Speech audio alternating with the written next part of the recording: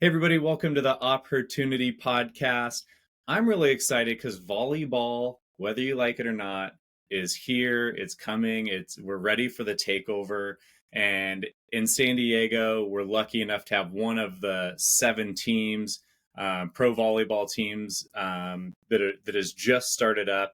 And we're really lucky. We got Ali Bastianelli with us today, and she's new to San Diego, so the weather right now, she hasn't gotten the full experience yet, but coming from Michigan, she's going to take it. But we're really excited because if you've been following anything with women's volleyball the last year, they're like selling out football stadiums, Athletes Unlimited as the league going. Now we've got the seven pro teams across the U.S. right now. So, Allie, thanks so much for hopping on and talking some of your story and volleyball. But I did a little research on you, and one of the things that was said about you that I'm like super pumped that you're on our San Diego Mojo team is that you're just a winner. Not like you just hate to lose, but like when it's 2020 in a set, like you're somebody who needs to be on the floor, just to kind of push things over the edge and finding a way to win. Not only are you a middle blocker, but the ability to score and do a lot of things that makes you a pretty versatile person to be, on the court at any time. So tell us a little bit about you. Like, when did you first start playing volleyball? I know your family is just like loaded with Yeah. athletes. So what was that like growing up, and how was volleyball the one? Yeah, well, thanks for having me on. I think this is a great opportunity to share more about my story and also grow the sport. So myself and there's quite a few other people who had a pretty similar start to volleyball. I know Brooke Dunviller has a pretty similar story, but my mom played volleyball in college and started coaching right out of college, and my siblings and I were just raised in the gym. And truth be told, I was a basketball girl because Right I on. wanted to be different. My sister played volleyball, my mom played volleyball. I was like, you know what? I want to be different. I want to play basketball. And it wasn't until eighth or ninth grade, probably beginning of ninth grade, my freshman year of high school, I was like, okay, I think I like volleyball a little bit more. And it came down to deciding to play high school basketball or play travel volleyball. And my parents are like, you got to choose one. You can't really do both. And I was like, you know what? I think I have a better future with playing volleyball. And so that's what I pursued. And I'd say it worked out for me. I never thought I'd be playing professional, let alone professional in the US. So all of my dreams really came true and more. And it all kind of started when my mom started playing because I probably wouldn't have been exposed to the sport at the level and at the capacity that I was if I hadn't been around it from the time I could walk until now. So what's it, playing both sports and then coming to that, moment where you kind of have to make a decision. I think we're getting a little to this more in like all Mhm. sports, but like the club season is so important versus what you do just on your high school team, just because of probably the competition and the kind of the year roundness of it. Yeah. You know, before high school, playing both of them either at the same time or one on, one off. What was kind of like your success in each? Were you pretty comparable? Like, hey, I'm good at basketball. I'm good at volleyball, but kind of volleyball kind of pulled the heart a little more just based on the family background.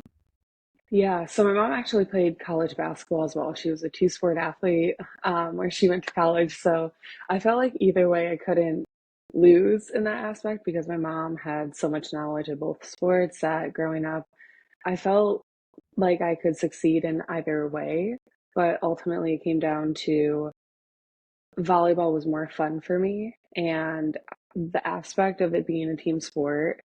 And you'll hear a lot of people say this, but like volleyball is a true team sport. Like you cannot do it on your own. You need three people at least touching the ball every rally to make it a good rally.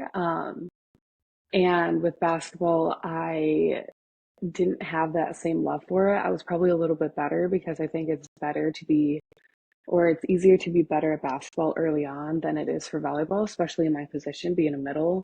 The coordination doesn't always come. And so I wasn't the most coordinated volleyball player, and I think that deterred me from playing it at a better level younger, like I did basketball. So, okay, so you have this rich family history of athletics. Hmm. Mom is just a baller all around, it She is sounds a like. baller. Yep. What what was it like, as a kid, like going to practice or signing up for things and kind of what you did? Were you like, Hmm. you know, what's the conditioning like? And, maybe you're running a little Yeah. more in basketball than volleyball. And, what was it like to get you to step one? And what was just kind of like the upbringing and like the work at home outside of your kind of organized practice, like with a family that really knows what it takes to play at the next level? Yeah, my dad did play football in college as well, and my brother went on to wrestle in college, and my sister played volleyball in college. So yeah, we are an athletic family. But yeah, it started at home. My parents put us in every sport. I did gymnastics at one point. I'm 6'3", me doing gymnastics. So my parents knew we were going to be tall, but gymnastics was important for coordination and stuff like that. So they were just putting us in everything because they never pressured us to play a sport that they played. My dad never pushed my brother to do football. My brother never had interest in doing football. My dad's like, okay, we'll find you a different sport. So my brother played baseball, wrestled. We all did karate. My sister, brother, and I all did karate. We're all black belts. So that's a pretty unique sport for us to have started out in, but we all started when we were 5. I think my brother actually started when he was 4.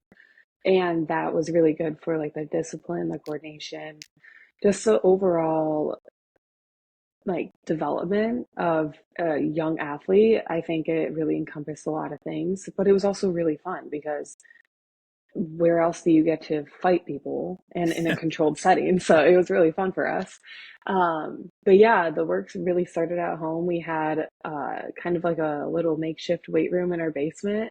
My dad was super into weightlifting and bodybuilding when he was younger. So he kind of got us a little bit into the weightlifting aspect when we were younger, probably in middle school, not too young, but young enough to kind of see what it was doing for us, but not old enough to really be like, I'm so interested in what we're doing down here. It was like, okay, we have to go into the weight room or the basement and weight train, and then we can go play for the day or something like that. But I think it was probably one of the best things for us because when I got to high school and college and started to do more in-depth weight training, I had such a strong base that I exceeded in the weight room, especially in college.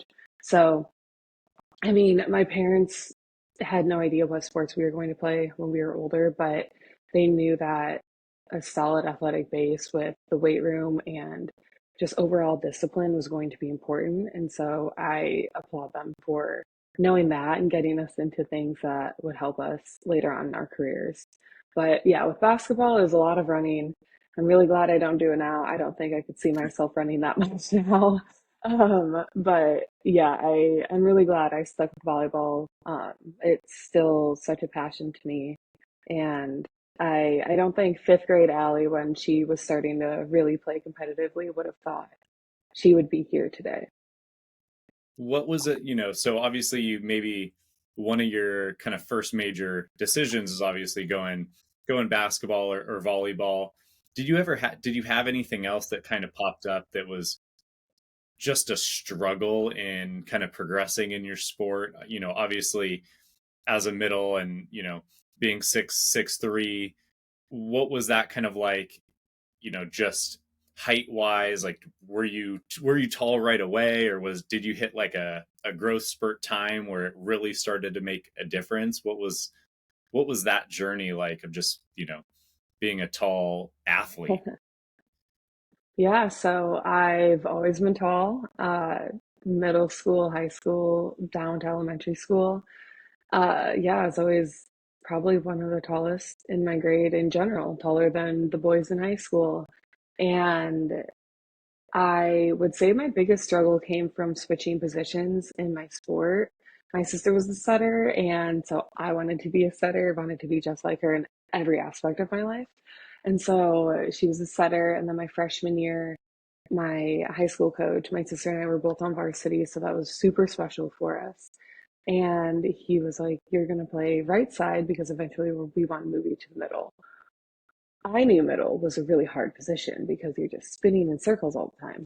So I was like, "Oh boy, okay." And I never really was into like attacking. I just really wanted to set the ball. And so learning how to become a little bit more coordinated with my approach, with blocking, with looking at what the other side's doing because I was just so focused on setting for so long. And halfway through my freshman year of high school, I moved to the middle. And I felt like I was just in a spin cycle the whole time. I was like blocking, turning, looking at the ball, blocking. It was just like circles. And it wasn't until my club season, my freshman year, that I actually started to get into my own with it. And I had really great club coaches who took the time to break down the skills because they realized I had never done this before. And I think that was kind of the biggest challenge for me early on in my sport. And then being tall, growing at the same time, I probably came into high school at 5'11", and I think I left my freshman year at like 6'1", and now I'm 6'3". So during high school, I did grow a little bit, but my freshman year definitely was the biggest growth spurt. And trying to switch positions, but also stay coordinated. And I was like a stick. I was super skinny. I was like just a baby deer out on the court sometimes. So I think I had really good coaches and teammates that were super patient with my learning process. And I think that helped make me feel more comfortable and better about switching positions like that. What is it like mentally where you're like, this is what I'm going to do? My sister's a setter. And then saying, hey, we're going to move you to the middle. What's like the trust process like in that where, you're just trusting what other people around you see that may be best for you that maybe wasn't exactly your plan? Did that take any time to get over? Obviously, like they're helping up and helping coach you up on some of the new skills and things and trying to make you this all around, amazing volleyball player. Was there a moment where you like just, hey, I disagree, like I'm a setter? No, my parents really taught us don't ever talk back to your coach. So if they tell you to do something, you do it. So and I would say my high school coach, my freshman year, he won 9 state championships in the late 90s, early 2000s. He was a legendary coach. I wasn't going to question him. He had girls that went to Michigan State, Purdue, NAI schools, D3, D2 schools. So I was like, okay, I'm going to be a middle. You say I'm going to be a middle? All right, I'll do it. So, and my mom was a middle in college. So I was like, okay, like I won't be like my sister, but maybe I'll be like my mom. And so I think stepping into that different mindset of, okay, I can make it my own because I don't have to be like my sister. And I still got to play with my sister, but there was a few times where I'm like, I'm like not good at this position. I think setter might be like more of my calling, but I actually got to relive my setter dreams my junior year of high school because um, I set out of the back row for 3 rotations, and then I hit outside for one, and then middle for two, or outside for two, middle for one. It was a weird time for high school. We didn't quite have all the pieces, but we still figured it out. We made it work. But I was setting and hitting outside, hitting a new position I'd never played, and then also being in my own position. So high school was fun for me because it was kind of like my time to relax and just enjoy the sport without feeling the pressure of being recruited like club season was. And granted, my junior year, I had already been committed to Illinois, but in high school is just kind of fun. Like I get to practice all the skills. I get to serve receive, I get to serve, I get to set, I get to do all these skills. Whereas in club, I'm pretty limited to just being a middle where I block and I hit and I sometimes serve. So high school is really fun for me. So what is that like? One of the clips I had seen was one of your Illinois coaches talking about just like as you were coming in as an incoming freshman, just all the things you could do. And it sounds like because of your experiences in moving positions and the background that even just in your high school, piecing it together gave you a lot of opportunity to do a lot of things, which sounded like, going in as a freshman, like, wow, we have this amazingly well-rounded player coming here who's probably going to do some amazing things, which you ended up doing at Illinois. But before we get to, just you, the record holders, what was the recruiting like? You said you committed at, your junior year of high school. Was that like your top choice school, or who was all talking to you, and kind of what goes into that decision of, choosing where you're going to be for the next 4 or 5 years? Yeah, that was a very crazy time, I will say, and I'm glad they've changed the recruiting rules because there's no reason why there were some people committed in eighth grade in my class. So there's no reason why a 13-year-old should be committing to a college that they're not going to for 5 years, and your life changes in those 5 years. So I committed, which was late. It was after my sophomore year, going into my junior year, and I was down to Michigan, Illinois were my top two, and Stanford was kind of like a lingering third. But I knew I wanted to stay in the Big Ten and kind of be closer to my family, at least wherever I went in the Big Ten, we'd play Michigan and Michigan State. My family could come. It's within driving distance almost everywhere for my family. It's on TV. So I knew I wanted to stay in the Big Ten, but when it all started, my parents and I were really naive to the whole process. We had no idea what a national club tournament even looked like. So when we got to these big tournaments and all these college coaches are just around our court, because we had girls on my team that went to Michigan, Western Kentucky, um, LSU, like all these big schools.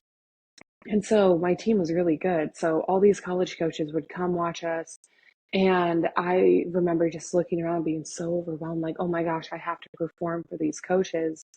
But there were times where I lost sight of what am I actually doing on the court. I'm just playing volleyball. It's the same game that you've been playing since you were 5. Just go out there and do it and don't even worry about the coaches. And I wish I could tell myself that when I was 13, 14 being recruited. But yeah, the whole process was really crazy and it went by really fast. Within 2 years of starting it, I was down to 2 schools, and I started with a box of letters of schools saying, hey, we're interested in you. And I'm like, me? Out of everyone here? Like, there's so many people in this gym, and you want me? So it was kind of funny, and it definitely helped boost my confidence, feeling like I was wanted by all these schools, but it was also overwhelming to weed out the ones I wanted to go to. And I think our recruiting coordinator at Legacy, where I played club, she was also my coach, would sit down and be like, okay, what are your pros and cons? What do you want in school? What do you not want in school? And she kind of helped filter out the things that I wanted and didn't want, because she had been in the game for so long. She knew and she had relationships with these coaches and programs already. So she was a huge asset to me and my family going through that process. I took visits to 7 or 8 schools, and I loved all the visits. It was so hard. I swear, visiting made it harder to decide, because I'm like, oh my gosh, this school like Florida had all these like really cool things for like biomechanics. And I was like, this is so cool. And then I'd go to Michigan and they also had that, and then some. And I'm like, oh my gosh. But when it came down to it, the feeling I had when I stepped on Illinois' campus was like, I'm very comfortable right now. I feel myself. The girls were so nice. I love the coaching staff. And the environment of Huff Hall, where we played, is unmatched. Everyone in the Big Ten, you can interview anyone who's ever played in the Big Ten, will say that they hate playing in our gym because it gets so loud, it sells out so often. It feels like the crowd's on top of you. And as soon as I went to a home game for them and I looked around, I'm like, yeah, this looks really fun. And I just trusted the coaching staff and Kevin Hambley, even though I had him for only 2 years. I give him so much credit for why I am such a good middle blocker now. And so that whole decision honestly came at a flip of a coin, because I really loved the Michigan staff and what Michigan had to offer. But ultimately, Illinois felt like home to me. And so making that decision I felt so secure with. And as soon as I committed, I was like, all the noise is behind me, and now I can just go out and play volleyball during my club season, not even worrying about coaches being around our court now. Yeah, there's so much to unpack right there. And like one of the things Hmm. I kind of want to ask about just in terms of the growth of volleyball and like where it is now, but even just going into those college days where like you have a packed gym to Hmm. watch you play. Like at what point you get there, you're like, this environment is amazing. I definitely want to be here, be seen, have my parents come playing, play in a conference that they can watch on TV if they're not physically there. Where is all of that kind of from, just you going into college to kind of what that experience and what the growth of the game has looked like, up until now, where, you mentioned, right when we started of, hey, I would have never thought I had a chance to play professionally, like here in the States. Like, Hmm. what does that growth, looked like over the last 5 or 6 years? Yeah, I can't even put in words how incredible it is to see volleyball on big news stations that aren't just local networks, as in like Big Ten, Pac-12, Big 12. It's growing. It's on ESPN, it's on CBS Sports, it's on all these major networks. And it's the whole idea of see it to be it. And so you have this whole generation of girls who are now seeing professional volleyball and college volleyball on these nationwide networks where they see football, and now we see volleyball on it. And so now there's this whole generation that are 5, 6, 7, 8 years old seeing that, and now they can aspire to be that, where we didn't really have that. We kind of saw, okay, a couple Big Ten games, and even in college we started to see the Big Ten network pick up more and more of our games instead of just being on Big Ten Plus.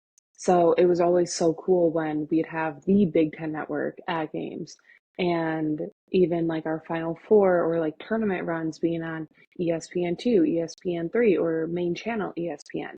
That was huge for our sport, and that was 5 years ago. So to see where it's at now, where it's a normal thing to see volleyball on ESPN, CBS, Valley Sports, all these major networks, even like YouTube Live is awesome because everyone has YouTube. You can just type it in and go watch. And now that like AU games were on YouTube Live, and now our games for PVF are on YouTube Live, that's just giving access for people to watch and grow our sport even more. Yeah, I think that was the coolest thing because obviously, Mojo season, we had our first two games, and I think my first thought was like, well, they're on the road. Like, how are we even going to do this? And I see like on the Hmm. on the socials, yeah, it's on YouTube. Like, it's free. You don't have to have Hmm. YouTube TV or anything. It's Right, literally just live. Like the stream and like everything about it, you'd never know you were just on YouTube watching it. It was as if you were right. watching any professional broadcast of a game. So it was really cool because we put that first game up and checking it out a little bit with my Hmm. daughter, and she's never had the opportunity to go to a game. We're going to come in April because you actually have a 4 o'clock home game versus the Okay. dreaded 7 p.m. Start for a 5 year old. But we're just excited of like the see it to be it, and that's kind of like the whole goal and mission is to Hmm. have the exposure and just the amount of people and the networks picking it up because the viewership is there if it's Hmm. available to be viewed, which is a really cool thing. So it'll be interesting to see even just the growth now.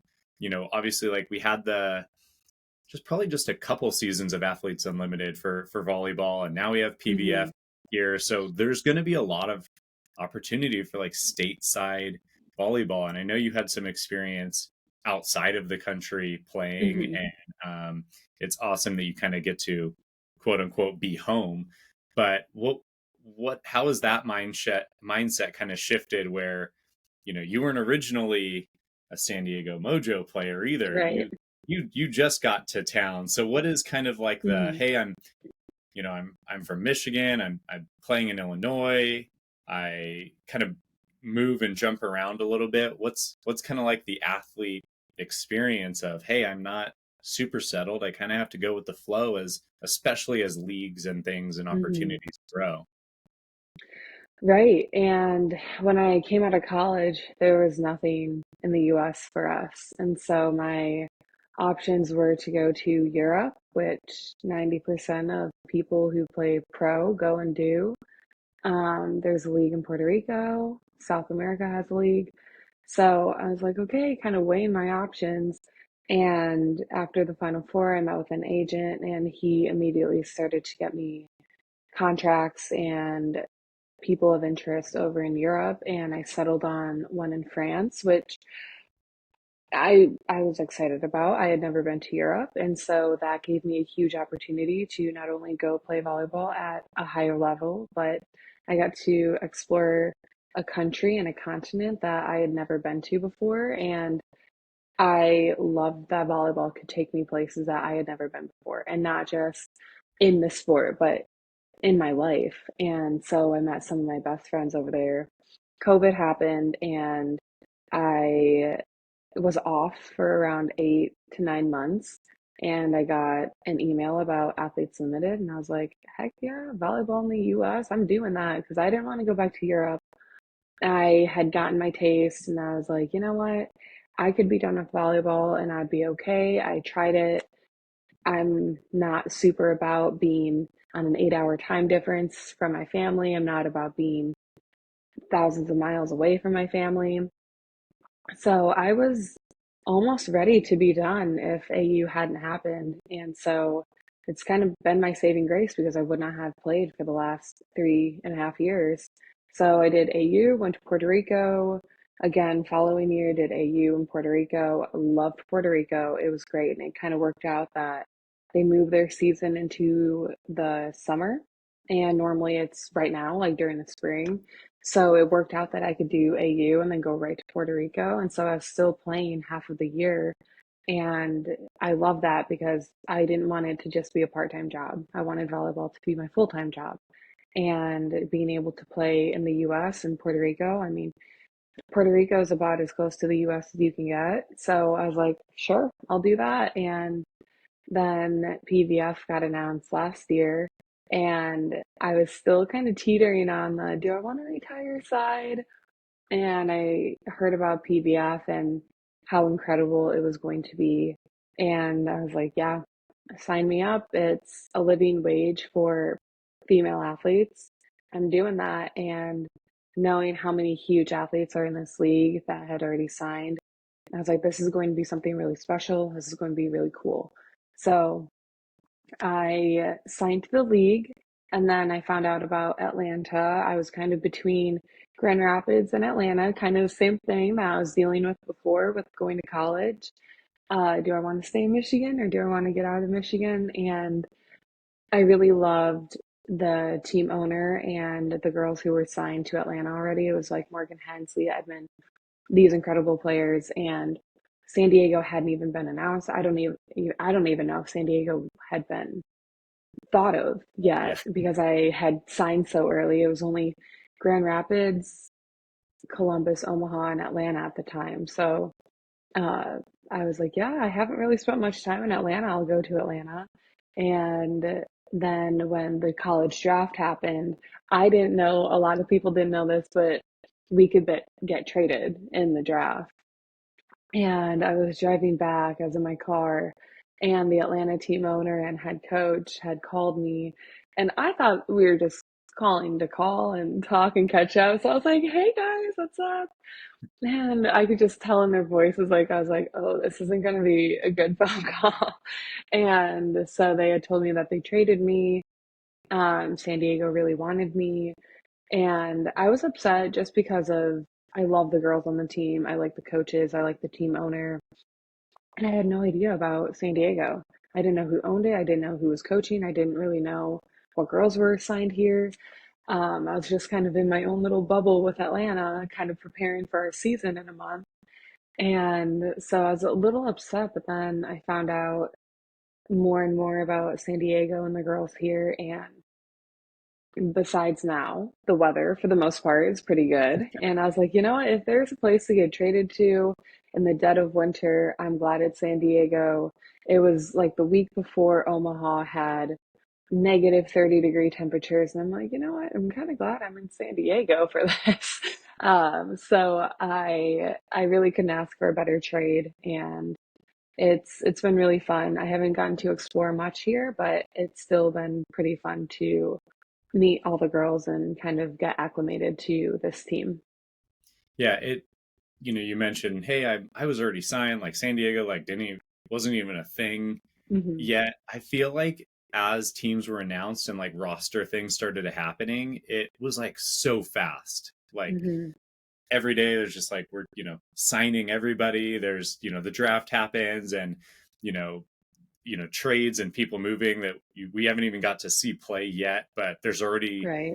kind of like league activity. It was kind of crazy, but obviously with you were part of a deal that had the number two overall pick, Hmm. so was there something, and you mentioned, your Atlanta coaches saying, hey, San Diego really wanted you, Hmm. the number two pick, like that's big news in just about any sport. Was that some kind of comfort too, of just getting an idea of who ownership was going to be here, and you know that they like, hey, we want Allie here. That's somebody who can help Hmm. our team. Yeah, I definitely found solace in knowing that I was hand chosen to come here. Um, I this whole experience is what professional sports are about. You hear about trades in MLB, NFL, NHL. You hear about trades in every sport. So why should it be different for us? And so I think shifting my mindset that this is part of it. This is what I signed up for. I signed to the league and this is what happens. And I think this kind of makes it more professional in that way because everyone's just evolving their teams, especially through this first year. So, and you see people getting waived and cut and released and picked up and traded. And so I think you'll see more and more of this as the season goes on because everyone's still trying to figure out what their teams are going to look like, especially in this beginning half. But yeah, I actually have a prior relationship with coaching and playing for Taiba and our assistant coach Deetra, they both were at Athletes Limited. And so I already kind of had a relationship with them before. So it was really cool. They called me that day and they were like, hey, like, we know this isn't what you wanted, but we really want you here and we see you making a difference here. And we know and are confident in your abilities and what you bring. And at the time, they only had two middles or three middles and they had drafted one. And so I knew that they were a little bit short on middles. And so I felt like, okay, my job is secure here. I feel good about that. They're not just going to trade me, bring me, and then cut me. So I felt really safe in that. And then I also already had a relationship with them. So it wasn't like a weird, like trying to figure out what our dynamic is. I could just come in and I already knew, okay, like you're a cool person. Like I'm going to enjoy this experience because I like you as a person. And our team owner is Carrie Walsh. I wrote papers about her when I was in elementary school. So now I get to meet her and be around her and she owns my team. And like, how cool is that? So yeah, it was a whirlwind of a process, but it was really easy to transition to being out here. That yeah, that's I think feeling wanted and that you're a part of the fabric of like this first season is probably didn't make the initial phone call reaction Hmm. any easier like in the moment, but hindsight, I'm glad you've kind of flipped the script on it a little bit. You talked about hey, maybe I was okay with getting towards a retirement. What is Allie into? Like what would have been next? What was it something that you know, degree wise studied in college, or what are you interested in now? Would it be the coaching? Like where in the volleyball world do you fall, or do you want to do something else someday? Yeah, sadly, I don't want to be a coach. I did dabble in coaching. I was a volunteer at Michigan for a season, and I was more of kind of like the glorified practice player. I was very honest with Mark Rosen, who was there at the time. Like, you know what, Mark, I don't think I really want to coach, but I'll come help out. I'll help with scouting, with practices. I can help coach middles. But other than that, I really don't want to be involved in the coaching side. He was super cool about that. He's like, yeah, no problem. We'd love to just have you in the gym. And so, because of NCAA rules, I can just come into the gym. So, I was technically on staff. And that was a really cool experience. I learned so much about the ins and outs of college volleyball behind the scenes because I only get to see as a player. And so, I get to see how much work goes into it on the coaching side. Um, and that's just really not for me. And I think it's funny when I tell people that because they're like, you should go into coaching and it would be an awesome experience, but I don't think I would find passion in that. And I'm all about finding things I'm passionate about. And I'm really big into healthcare, and my degree from Illinois was health management and planning, but I'm not sure exactly what I would want to go into. I was taking courses for ultrasound to be a sonographer, and that was kind of going to be my plan if I retired. I would go to ultrasound school and retire and become a sonographer and be done with being involved in the volleyball world. But now that PVF is more involved in volleyball, there's a lot more job opportunities to stay involved in volleyball, but not exactly coach. So when I'm done, there's opportunity for me to be involved in PVF still and maybe be more operations. I would love to do that because I love the sport and I love the trajectory that it's going on. And to still be involved in that and see that grow firsthand, I would absolutely love to do that. So that's kind of where I'm at. I don't know if I'm going to retire anytime soon. Every year, I kind of take it and reevaluate and say, like, is this still what I want to do? And for the last 4 years, it's been a yes. Yeah, that's awesome. I think with the growth and, different leagues that are here in the States, it just creates more opportunity to, you know, stay with these organizations that are, even if it's cross sport. I know Athletes Hmm. Unlimited has, you know, a handful of sports now, and basketball is one of them. And I know, Yeah. there's probably opportunities to move around to different seasons and do different things and help out in a lot of capacities. So that's awesome that as everything's growing, and I think it's important that there's definitely room for it to grow. One of the things I was really excited about PVF was that it wasn't like, hey, we're starting this league and it's going to be in like a high school gym down the street. Like, Hmm. you're in there, you're in the arenas. It's like there is Yeah. room to sell these things out. And I think that very first game was like a massive, crowd and sell out. And Yeah.